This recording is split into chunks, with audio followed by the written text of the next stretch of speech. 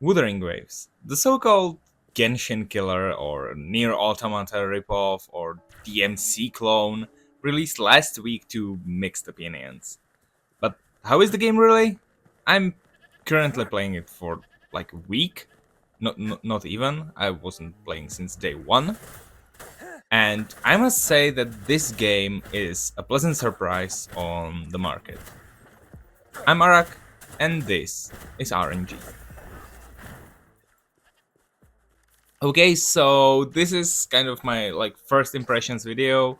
I am terribly sorry for the lack of releases. I had very busy like last month, but I hope I will get the prepared videos out as soon as possible. And now let's talk a little bit about Wuthering Waves. As you might have guessed, I am absolutely hyped about this game. I was awaiting the release for so long. I know Kuro Games and their previous game, Punishing Grey Raven, and I know they are big fans of Platinum games. So and that they know how to do this type of gameplay right. So I was so excited when I saw all the stuff that Wuthering Waves will have. Now, for everyone who is comparing this game to Genshin Impact, yeah, there certainly are similarities. It's, after all, gacha free-to-play open-world game. But actually, Genshin and Wuthering Waves, I think, will live side by side. Now, a lot of people are saying that Wuthering Waves will die in like month or two, and I don't actually think that. I think that Wuthering Waves will hold itself and will stand its ground against Genshin as a fair competition. Because Genshin had a lot of time to polish its things, and thanks to that, I think Kuro Games was able to somehow respond to all the stuff that Genshin is lacking in. Now, the main like driving force of Genshin is a story, which a lot of people say that story of Wuthering Waves isn't really that captivating yet. But after all, we are still in version 1.0. And I think that we will see how the story will unfold. As for me, I have to say that the story in version 1.0 starts slow, but like the from like the beginning of third act or something, it really gets good, and I mean good. Like the sixth act, the ending one, is absolute masterpiece in both epicness and the impact. I really liked how they handled it, and to be actually honest, I would like to see something like that done in Genshin Impact. But of course, there's a big difference between these two games, and one of them is the combat that really helps to sell Wuthering Waves as a game. The combat is fast, it's responsive, it's swift, and it doesn't rely on like the reactions of different elements. It's purely skill based. Now, if you are watching the gameplay that I just recorded now, you can see that I suck at this. I really can get the timing of my dodges and stuff like that right, but I'm trying. Okay, I think it's something I will learn, as I had to do so in DMC and in Nier. But the gameplay of this game feels so satisfying.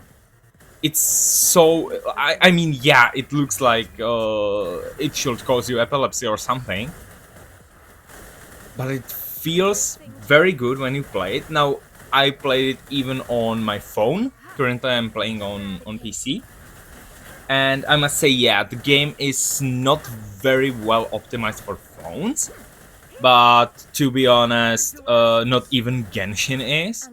Like, I mean, I think I had same problems with Genshin that I have with Wuthering Waves, and so far my like biggest complaint with WiiWii is that you know I'm from Europe. I'm from Czech, and the game doesn't really understand our keyboard layout, so I actually have to switch my keyboard to English one, so I can switch my characters. Because if I don't do so, it does a huge amount of bugs. Like it switches my HUD off, and I have to restart the game and stuff like that. So yeah, that's really funny, and I hope they will fix this in the future. Uh, but yeah, this like this review is so all over the place. Okay, uh, so like the story. Okay, I think the story really is very captivating. I love how they nailed the subtlety of animations. I think that's something that Genshin really lacks in their like not the cutscenes, but the like talking scenes, because you know you have the pre-rendered cutscenes, the epic ones, and then you have just the dialogues between characters when they are like talking during the quests and stuff like that. And I think Wuthering Waves really does this well, because it really, you know, it really shows how subtle they can get with the animations, and it really can sell you the emotions of the characters. I also think the voice acting is very good in this game. Like they really nailed the voices of the characters and the acting, which is a huge help, like in selling the emotions and what like to captivate you in the story. Sure, there's just 6 acts, and it took me like, I don't know, 3 to 4 days to finish the story. Probably would take less if I would play more. But I actually think the story is like, it does what it needs to, and I don't mean that in a bad way. I actually think that for a beginning of the story, they delivered way more than they should have, or that they could have.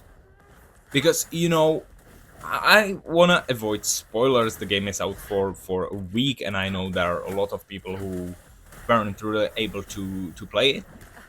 But just to somehow like talk about it spoiler free, I think that they went with very like epic route with the story in the first update. And I think they really could have go with much more slower opening. They could go with much more subtle and grounded story, but they went all in. They went all in on the epicness, and I love it.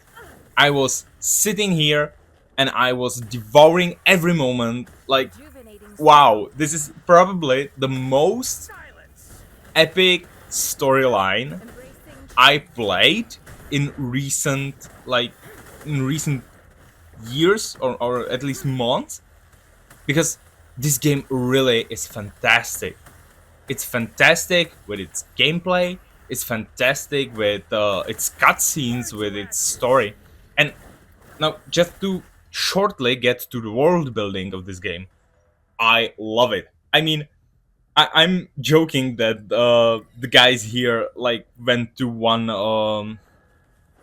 sound-based workshop, like to learn how to work with sounds, and they really love the terminology, so they based all their world on that. But actually, I love that. I love every single term and how it's used, like echoes, reverberations, and stuff like that. I think it's really creative, and it's something new. So even when the like it's another sci-fi post-apocalyptic world, you can really feel that it's creative in some way, and then it's made with passion.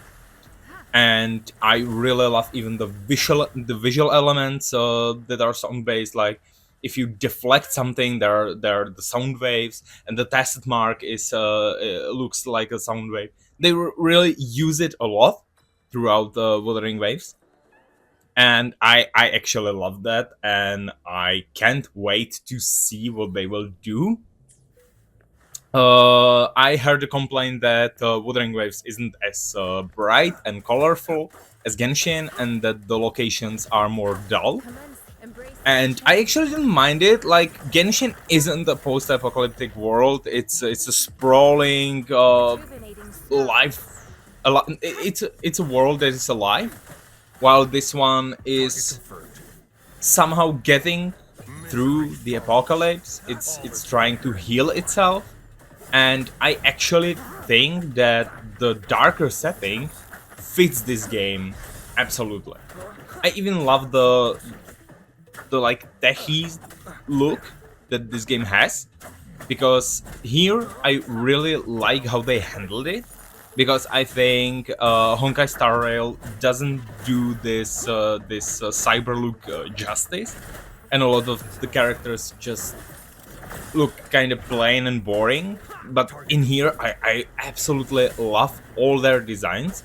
Like there hasn't been in the 17 characters that are currently available for you to play. I have 12 of them currently, and I love every single one of them. The designs are just spot on, and their like characters, their personalities, they went all over with them, and it's absolutely stunning. And I can't wait to see more of it.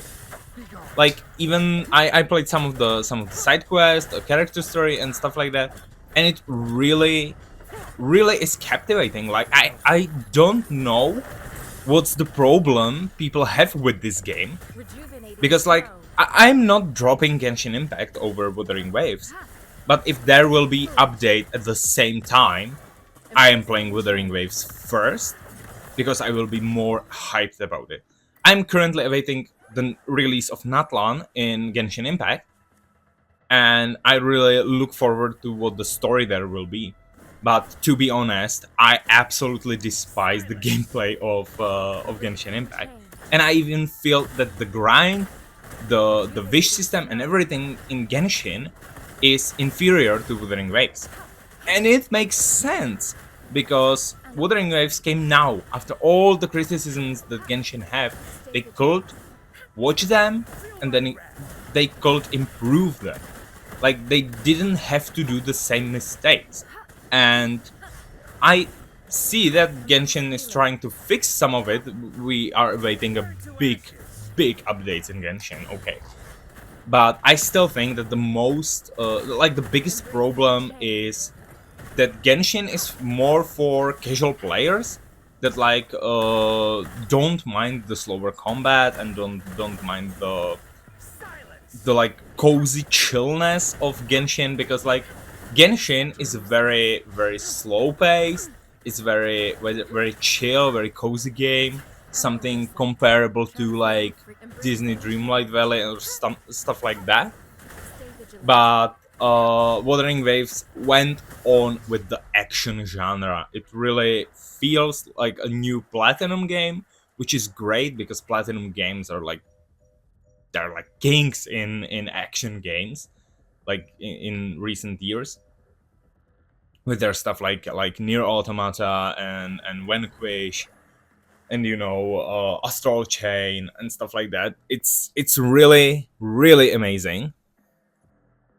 And I actually think that getting inspired by their games is what helped Wuthering Waves. Also, there's so much shit you can do in this game. Like, holy fuck.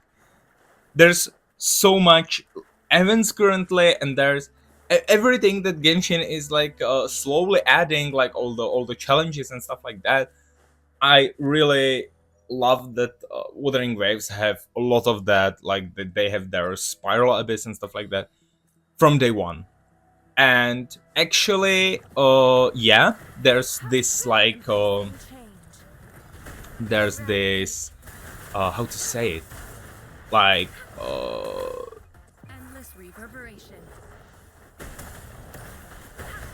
there's this criticism that Wuthering Waves is combat focused, while Genshin have more of a complex end game. Like you can play the TCG, you can do the Spiral Abyss, you can do some exploration and stuff. And I think that Wuthering Waves will be building upon that, but they just want to show you that the gameplay and the combat is what's interesting in this game, and it really is. Like, I maybe would love to see the elemental reactions even here, but on the other hand, just having to rely on the character switching and when to switch to a certain character is absolutely amazing. And the fact that this is more skill-based game actually, in my opinion, helps Wuthering Waves and will draw more like more hardcore gamers, if that's the correct term, like people that really yearn for some challenge. I'm currently somewhere around level 26, I think, or somewhere around level 30. So I will see how the end game grind will be, as I haven't quite yet reached it. But so far, I must have to say that the dailies aren't as annoying. The boss fights, thanks to this faster combat, are much more fun than in Genshin, because like boss fights in Genshin are extremely slow if you are not playing in co. But yeah, here I feel that all my characters are up to their level. I feel that all the challenges that are up to my level are fair, and if I screw something, I know it's my problem, not like a problem of numbers. So yeah, I'm really excited to see what Wuthering Waves will bring, because this looks absolutely stunning. The game looks fun. I love the world building, I love the characters, and I love everything, and I will watch its career with great interest, because Wuthering Waves, in my opinion, is one of the best free-to-play games I ever played, and I think it will stay that way. I hope it will stay that way. I really wish Kuro will deliver more amazing characters, because like the roster we currently have is absolutely amazing, and I hope the story will get even more epic. And if you are thinking like if you should give Wuthering Waves a go, I mean, why are you not playing it right now? Like, go play it! Oh my god, you're missing on so much. And like, if you won't have fun in the like first few hours, like in the first story in the version 1.0, you will know that this game won't be for you.